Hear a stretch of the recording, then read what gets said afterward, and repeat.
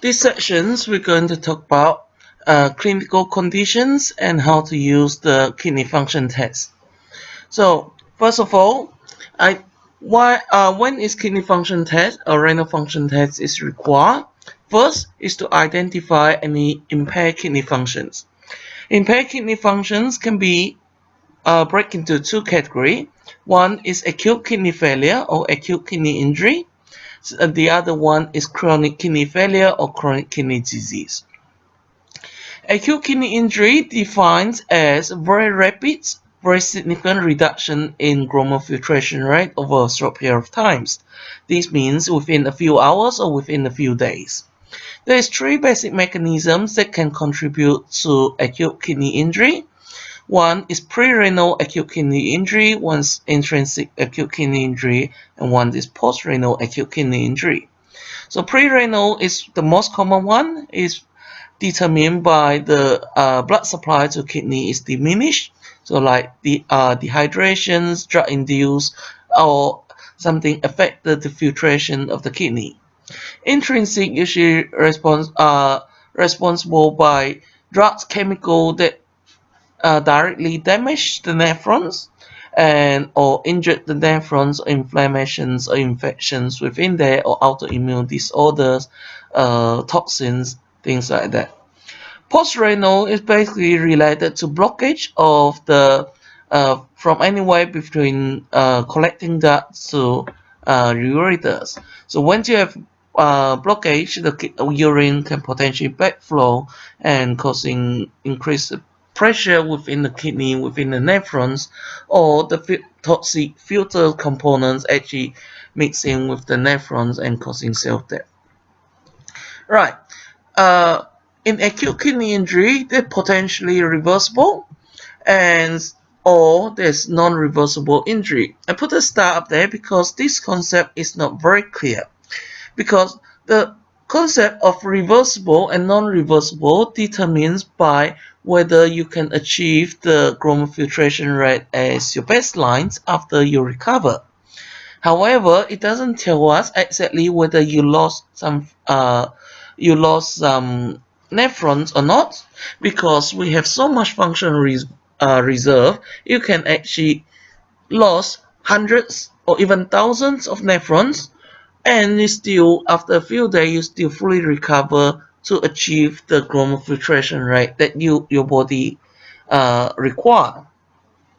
So when you go through acute kidney injuries, the severe one usually go through three phases. If they fully recover, if not fully recover, obviously you end up with chronic kidney failure, or in severe case, the patient even die. So the first phase is anuria or oliguria. It basically means they're not producing urine. Oliguria produce a small amount of urine, but without proper patterns of how the urination happen. And if we're able to remove the whatever causing the acute kidney injury, for example, dehydration, we rehydrate the patients. Then your second phase is polyuria. That basically you produce an excessive amount of urines as a first response to when you first remove the damage or replace the volume, and then before it become recovery and then normal urine output again. For chronic kidney injury, on the other hand, is a very consistent damage to kidneys, damage a few nephrons a day or a few a week, and over a long period of times that you depleted the functional reserves, and you start to see significant reduction in glomerular filtration rate. And chronic kidney failure means that you lost the nephron completely, it doesn't recover anymore. So it's non-reversible, it can only go one way. Right? So basically you need to actually lose 3/4 of the kidney functions from your peaks to before you seeing chronic kidney failure start to develop based on current kidney function test markers like eGFR. So that's it's not ideal. Personally, we're looking at biomarkers to see whether we can identify when we only lose 10% kidney function, so we can do interventions, stop the damage before we actually develop into real kidney failure before we do something else. So next component when we actually require kidney function test is when we need to know the performance of the kidneys. So that have a few possibility. One of them is we suspect that the kidney function is not well because abnormal homeostasis are affected. Right, so remember the three topics we discussed before: electrolytes, acid-base disturbance, dehydrations.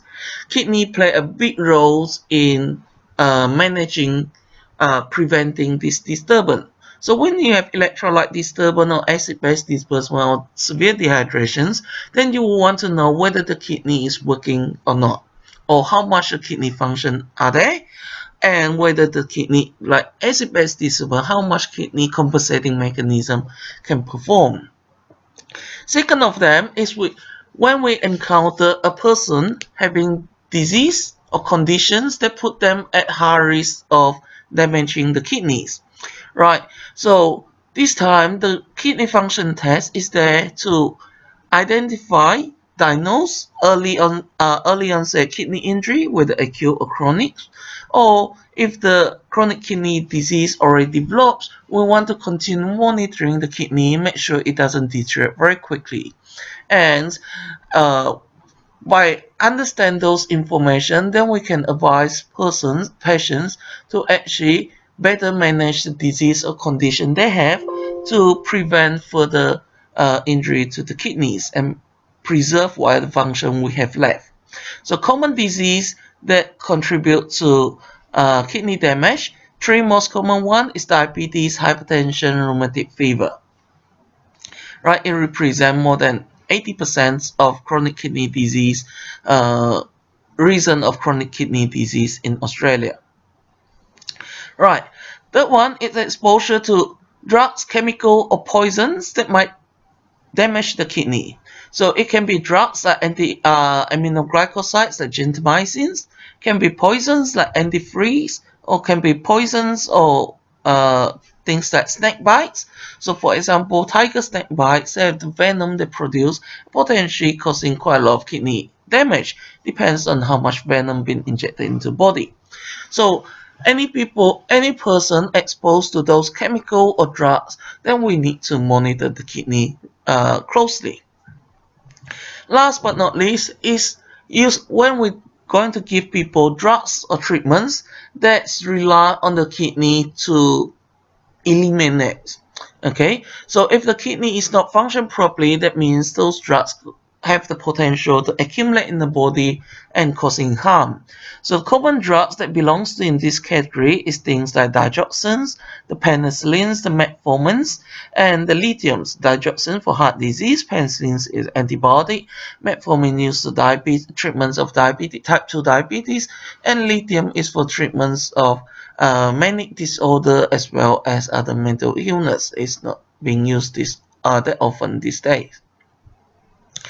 Anyway, so this is the tables to define the clinical definition of acute kidney injury. So we divide into 4 categories. This is the very first definition of clinical acute kidney injuries is developed by Americans. That's why they come up with this acronym RIFLE. They like the gun. Anyway, rifles is 5 categories. First one is risk. So actually we don't see that much change, but based on the patient risk factor, the patient at risk develop kidney injury. So it still have reasonably normal urine outputs, half a ml per kilogram per hours, over 6 hours period of time. The EGFR doesn't reduce for any more than 25%. The EGFR reduced more than 25%, but doesn't reduce more than 50%. Or if you just look at the creatinines compared to baseline, it increased up to 1.5 times the baseline. So they're at risk of acute kidney injury. Next part is injury. So you have more than 50% reduced in GFR.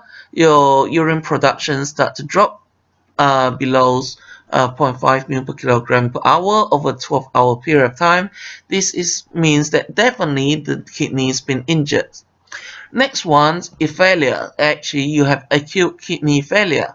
So basically, the kidney cannot function as what the body determined. So it's more than 75% reduction of GFR or 3 times increase of creatinine from baseline, or you're not producing any urine for 12 hours, or less than 0.3 ml per kilogram per hour for more than 24 hours.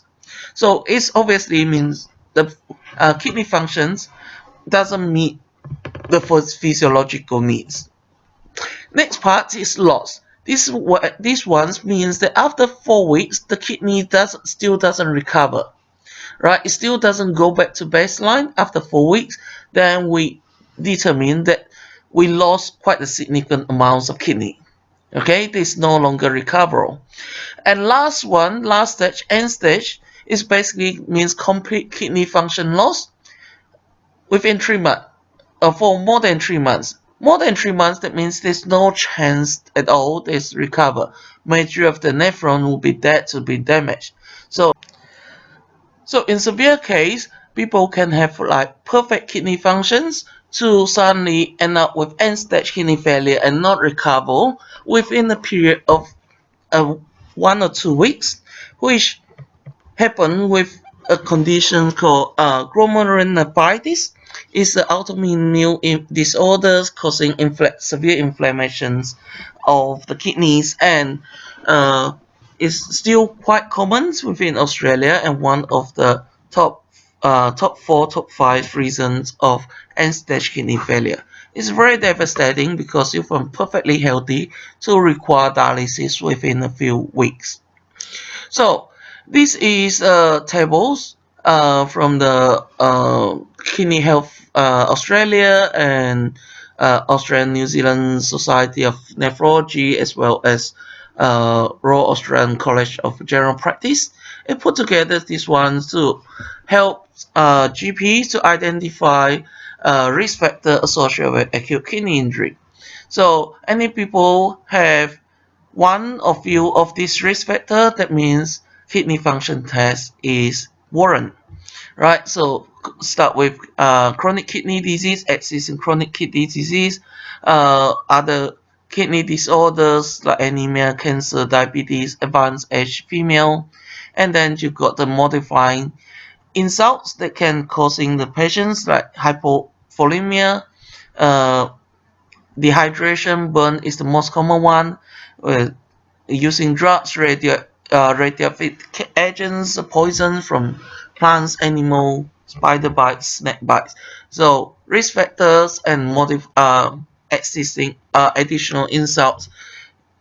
The doctor make decision that this a guide that suggests kidney function test should be ordered and the patient should be monitored. Right, next table is actually outlines the different stage of chronic kidney failure. This is also divided into 5 stages. From stage 1 is still normal, probably just at risk, depends on the patient underlying risk factors. To stage 2 is mild chronic kidney disease, mild reduction of glomerular filtration rate, so EGFRs less than 90s, but still more than 60. So 60 to 90 mils per minute per 1.73 meters square is fall into this category. Right, third stage, we call it moderate chronic kidney disease, is when your EGFR is only between 30 to 60, and a severe kidney failure is within 15 to 29 mils per minute per 1.73 meters square, and end-stage kidney failure is when it's less than 50 mils per minute per 1.73 square.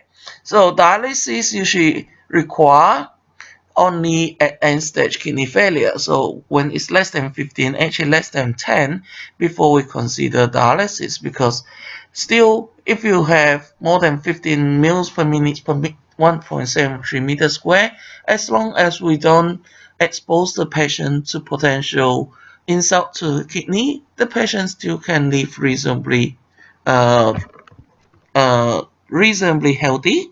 Uh, still can excrete all the toxic metabolic waste and things like that. Anyway, so this is a list of risk factors that can contribute to chronic kidney disease. The first one is age. Age, I put a star up there because depends on what guideline to use. In Australia, we use the age of 60 as cutoff point, but when we talk about Indigenous and Torres Strait Islanders, the age we say once they're more than 30 years old, they're already at high risk of develop chronic kidney failure. Then you have diabetes, especially the diabetes not well controlled, they speed out kidney failure very quickly.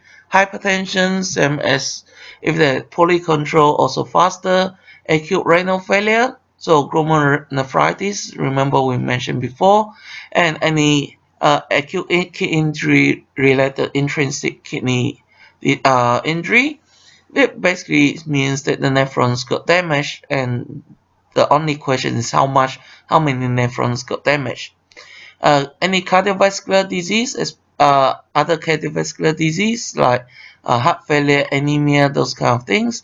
Proteinuria is actually not a disease, but if you already find protein in the urine, you are at early stage of chronic kidney failure. Right, high cholesterol is the other ones. Triglyceride is particularly associated with high rates of kidney failure, but high LDL also associated with high risk of chronic kidney failure. And then you've got the other things like smoking, obesity, systemic inflammatory disease, ethnic backgrounds, uh, example, Aboriginal populations or family history of kidney disease. Genetics might play a role, but except we cannot uh, routinely identify those risk factors, still not very consistent results. And obviously, the last but not least is inappropriate use of drugs or chemicals that would be toxic to the kidney. So certain drugs have to be avoided when you don't have ideal kidney function or when you also have other risk factors or you exposed to poisons and toxins kind of things. So clinical application of renal function test depends on whether you look at acute or chronic patient's risk factor. Usually we use the serum creatinine concentration and EGFR to identify the filtration rate of the kidney that the patient have and monitor the progress. We also use them to screening people of high risk that might develop acute kidney injury or chronic kidney injury, and we also identify and evaluate the disease management that to minimize the damage, further damage to the kidney. So, like we mentioned before, diabetes. So, if we observe the continued deterioration of kidney functions, that means the diabetes should be looked into improving the control of diabetes to slow down the damage to the kidney. Right. So in clinical settings, how we interpret the result from kidney function test. First one is identify any reasons that you might need kidney function test. So there are actually a lot of indications when kidney function test is warranted. And second is then look at the patients, how many risk factors they have. Okay, the more the risk factor, the more likely the injury is going to be, and also help us determine what kind of injury there might be. Is the acute injury or chronic injury? Right, next one is determine the creatinine clearance from serum creatinine levels. Consider you might need to use the Cockcroft equation to calculate or rely on the EGFR. So remember all those considerations we talked about before, which one is more reliable or both you use both of them.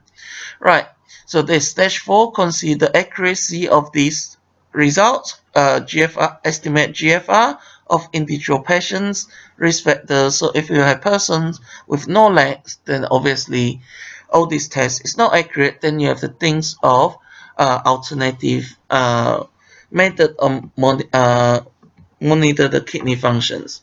Right. Importance for kidney function, we need the previous results to compare with. So if this is the first time a patient presented and we have an abnormal kidney function test, then it's a good idea to follow up with a repeating test of EGFR. Right. How soon we need to follow up depends on whether you suspect acute kidney injury or chronic kidney disease. Acute kidney injury you need to repeat within the next 12 hours. Depends on whether how many symptoms the patient presents. Might be repeat within an hour. For people with chronic kidney injury, you don't repeat within a week, and you do a few over 3 months period of time. If the patient had previous result, it's going to be useful to help us interpret because we see how much it changed. There's important bits. If we know the patient already have chronic kidney disease, and 3 years later we do another kidney function test, we compare to the result 3 years ago, it's still pretty similar. That means there's nothing we need to panic because once you lost the kidney, you just lost nephron, you doesn't gain it back. But indicate in the last 3 years, actually there's no further damage or no further significant damage of the kidney. Right. Number 6, next step is to determine if what type of kidney disorder there will be and when the next test is required or whether you require additional tests. Right, additional tests might be looking for poison, toxins, drugs, or looking at the disease condition that might contribute to it, or monitor one of the most common cause is dehydrations, so check the hydration status and so on and so forth. So now we have a case study here. Patient A is called Mark, 38 years old. In previous weekend, attend his friend's bachelor party. They all get drunk and pass out sometimes early in the morning. Right. He's feeling very unwell for the last few days. Then he goes to the doctor, complain about dizziness, palpitation, abdominal discomfort, and some diarrhea, more than just regular hangover. Okay, so it's obviously something more severe than hangover. Mark have a medical history of hypertension, diabetes, and diagnosed since he was 30 years old. So, right, let's look at these patients. Other than the heart rate, high blood pressure, his doctor did not find any unusual results, so he ordered some screening tests. So remember the screening test, electrolyte, full blood examinations, electrolytes involve the kidney function test. Right, look at this patient. If the patient is not indigenous or high-risk population, say Caucasian population, 38 years old is not at risk of chronic kidney injury. However, the patient's been drinking of alcohol, so that's one risk factor that can causing kidney insults. And usually when you're drunk to the stage that you pass out, usually you also dehydrated, so there's another risk factors. The patient also complain about other symptoms, so this symptom might associate with accumulation waste product in the body, metabolic waste products, and also the experience diarrhea. So it might further losing fluids as well as electrolyte disturbance. Right. Look at the patient medical history. They actually have 2 disease conditions that hypertension and diabetes and potentially increase his risk of chronic kidney damage. It's been having the disease for last 8 years, and how well it control, we have no idea. But seeing that you have this disease, then still drink until you pass out, probably not very compliant patient. So it probably doesn't keep his blood pressure and blood sugar level in the ideal management level. Right, we know that the patient increased heart rate, increased blood pressure. Increased heart rate might be a response to dehydrations. Increased blood pressure can be due to all the symptoms that patient experience, potentially infections, potential stress, all those kind of things. Right, so now There's more than one reason that kidney function test is warranted in this patient. Let's look at the result. So look at it quickly. You've got sodium 148, H relatively high, potassium quite high, chloride quite high, urea is quite high, creatinine quite high, and EGFR actually quite low. So for this person, we don't have previous history, but we know it's 38 years old. The kidney function should not be this low in the beginning. So we look at full blood examination, especially look at hematocrit, and this tells you that the patient actually quite dehydrated. So dehydration is going to screw up all your test results. So all the concentration high might be secondary to dehydration. Once you get it fully hydrated, might come back to baselines. Since we have no idea of baseline, we need a repeating test within next 12 hours or 24 hours, given that these patients more likely to experience acute kidney injury. Right. So self-assess questions, see whether after the class you probably should be able to answer all these questions. Make it very simple. The case study, that means acute kidney injury, what to do next. And fluid replacement is important. Remember, the patient might also have